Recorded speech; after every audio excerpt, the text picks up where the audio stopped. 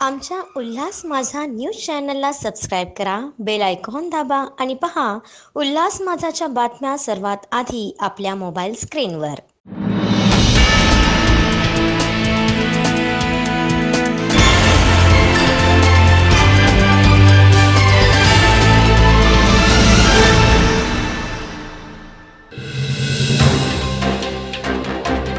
एक और जिस प्रकार से शहर में कोरोना महामारी का बढ़ता प्रकोप दिखाई दे रहा है, तो ऐसे में राजनीति भी टिप्पणियां काफ़ी देखने को मिल रही है। कई सवाल और कई आरोप लगाए जा रहे हैं। वहीं पर सत्ताधारियों का कहना है कि सक्षम है पूरी प्रणालियों के साथ इस महामारी से निपटने के लिए, लेकिन विरोधी पक्ष द्वारा अन्य पार्टियों द्वारा जो है लगातार आरोप लगते आ रहे हैं।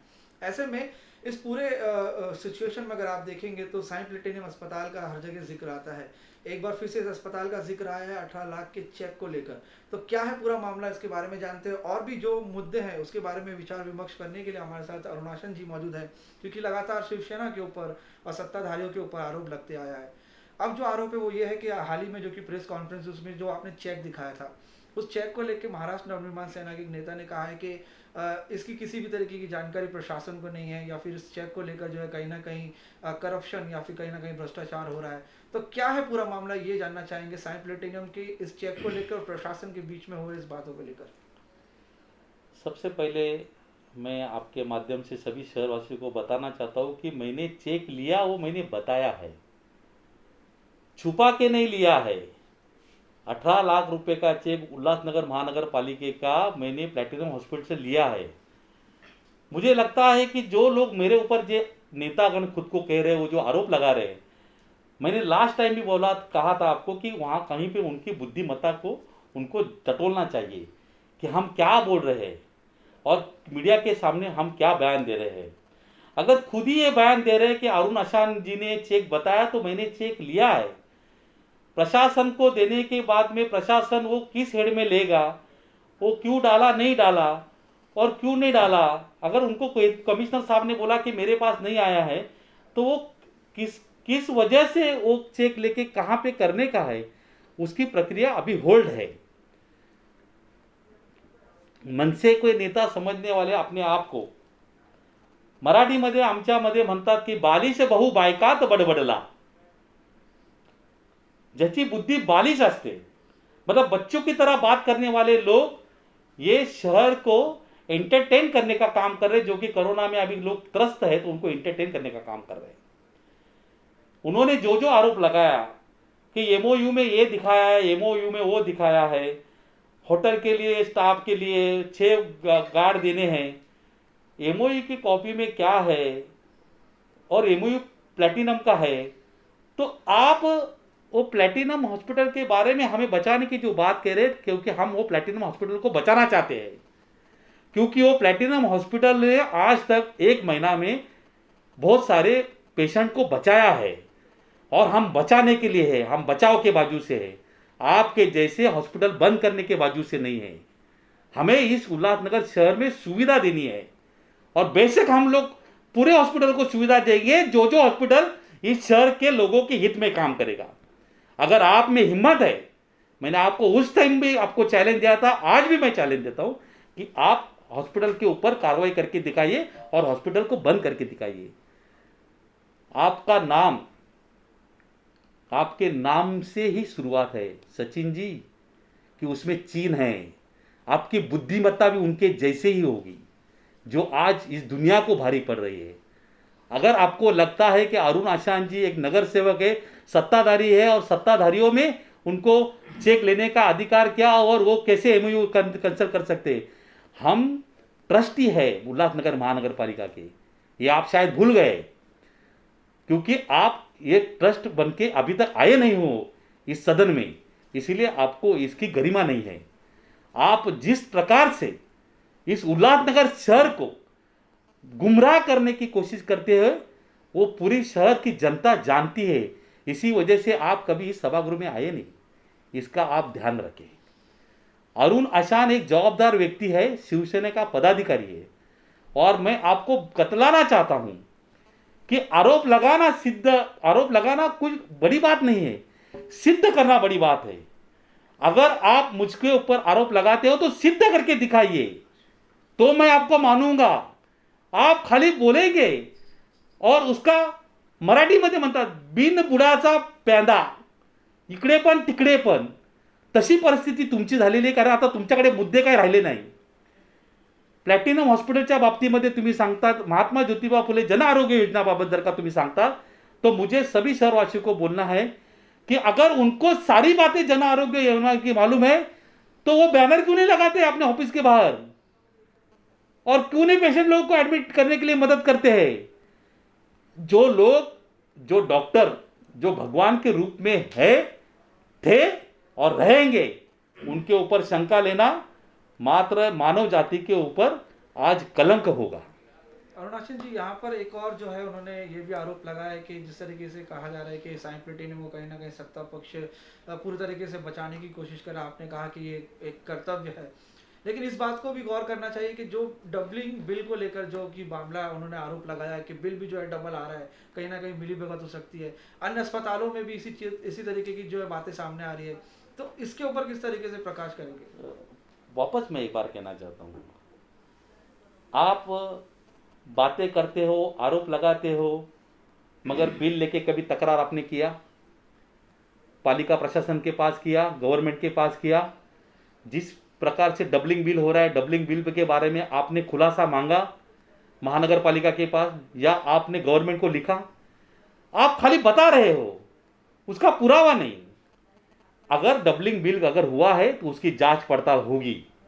अगर किसी मरीज को लूटा जा रहा है, अगर किसी मरीज से पैसे लिए जा रहे हैं, तो वो कोई भी हॉस्पिटल हो उसको बख्शा नहीं जाएगा. जो भी हॉस्पिटल कितना भी बड़ा हो, प्लैटिनम हॉस्पिटल हो या शहर के अन्य कोई भी हॉस्पिटल हो, उसको बख्शा नहीं जाएगा, मगर उसका पुरावा के साथ में आप लिखित में दीजिए. अगर आपको किसी के ऊपर आरोप, मैंने बोला कि इल्जाम लगाते हो, उसको साबित करने के लिए आपको पुरावा देना बहुत जरूरी है. अब ये तो बात हो गई कि जिस तरीके से जो परिस्थिति है उस पर आपने खुलासा किया, लेकिन अभी हाल ही में जो है जब पर्यावरण मंत्री जी ने जब दौरा किया था शहर का, और शहर में जो यंत्रणा है उसके सुधार को लेकर कहा गया था, वहीं पे भाजपा के नेता ने आरोप लगाया कि ये एक राजनीतिक दौरा था, इससे शहर में किसी भी तरीके का जो है असर नहीं होगा इस कोरोना महामारी को रोकते हुए. तो इसके लिए क्या कहना चाहेंगे? देखिए, जिसने आरोप लगाया है वो खुद अपने गिरेबान को झाके कि हम किसके प्रति आरोप लगा रहे हैं. आप एक भारतीय जनता पार्टी पक्ष के अगर आप विचारधारा रखते हो तो आपको ये मालूम होना चाहिए कि कोई भी मिनिस्टर या कोई भी मंत्री दौरा करने के बाद में उसका इम्प्लीमेंटेशन करने के लिए 15 दिन 8 दिन लगता है.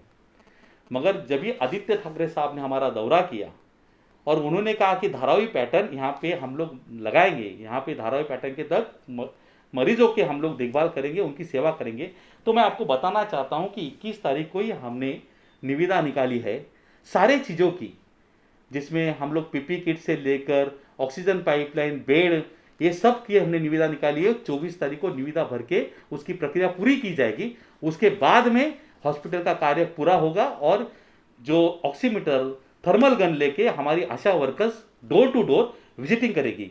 ये सारी प्रक्रिया है जो ऑन गोइंग है. आप महानगर पालिका में आके देख सकते हो कि हमने प्रक्रिया निविदा चालू की है. मैं ज़्यादा बड़ा पक्ष मेरे तरफ से रखना नहीं चाहता हूं, मगर प्रदीप जी को मैं बताना चाहता हूं, हमारे नेता दौरा करते हैं और सड़क पे उतर के काम करते हैं, घर में बैठ के काम नहीं करते हैं. इस कोरोना के महामारी में माननीय आदरणीय पालक मंत्री एकनाथ शिंदे साहब दिन रात घूम रहे हैं. डॉक्टर खासदार शिंदे दिन रात एक कर रहे हैं, अपने कॉन्स्टिट्यूशन में भटक के और मरीजों की देखभाल कर रहे हैं. मगर आपको थोड़ा पीछे लेके जाता हूं प्रदीप जी, आपने जिस विरोधी पक्ष नेता माननीय फडणवीस साहब का नाम लिया, क्या उन्होंने किए हुए वादे कल्याण के इलेक्शन में क्या पूरे किए? उसका हिसाब है आपके पास? क्या खाली बोलने का? हम बोलते नहीं, हम करके दिखाते हैं. और आप सक्षम विरोधी पक्ष हो तो आप देखेंगे कि हम लोग क्या क्या कार्य कर रहे हैं. जैसे कि माननीय हमारे पर्यावरण मंत्री आदित्य ठाकरे साहब जहाँ पे आए थे, उन्होंने कहा था कि धारावी वर्ली पैटर्न क्या है कि डोर टू डोर हर घर में जाके हर एक आदमी का स्क्रीनिंग करके उसमें कौन बीमार है कौन बीमार नहीं है, अगर वहाँ पे अगर कोई पॉजिटिव मरीज आया है तो वो कहाँ से आया है, उसकी जांच हुई है या नहीं हुई है, अगर उनके घर में कितने लोग हैं, तो उनको अलगीकरण किया है कि नहीं किया है, क्वारंटाइन सेंटर में अगर कोई लोग बाहर घूम रहा है तो बाहर से आने के बाद में उसका स्क्रीनिंग हुआ है कि नहीं हुआ है, और उसकी आज निजी उनके घर में कितने लोग हैं, उसमें बीमार कितने हैं, जो पहले से कितने बीमार हैं, अगर इसकी विस्तृतपणे अगर उसकी जानकारी अगर मिलेगी तो हमें पूरा पूरा पता चलेगा कि इस एरिया में 500 लोगों की आज पड़ताल नहीं हुई तो 500 लोगों में से 40 लोग ठीक है, 10 लोगों में से एजेड लोग जो 60 अबव है, 50 अबव है, उनको सो बीमारी है और घर में इतने बच्चे हैं, तो ये सब अलगीकरण करने के बाद में पता चलेगा कि वहाँ पे कैसे, और यही पैटर्न वहाँ पे रहा गया और उसी पैटर्न के तहत आज उस संख्या को काबू में लाया गया।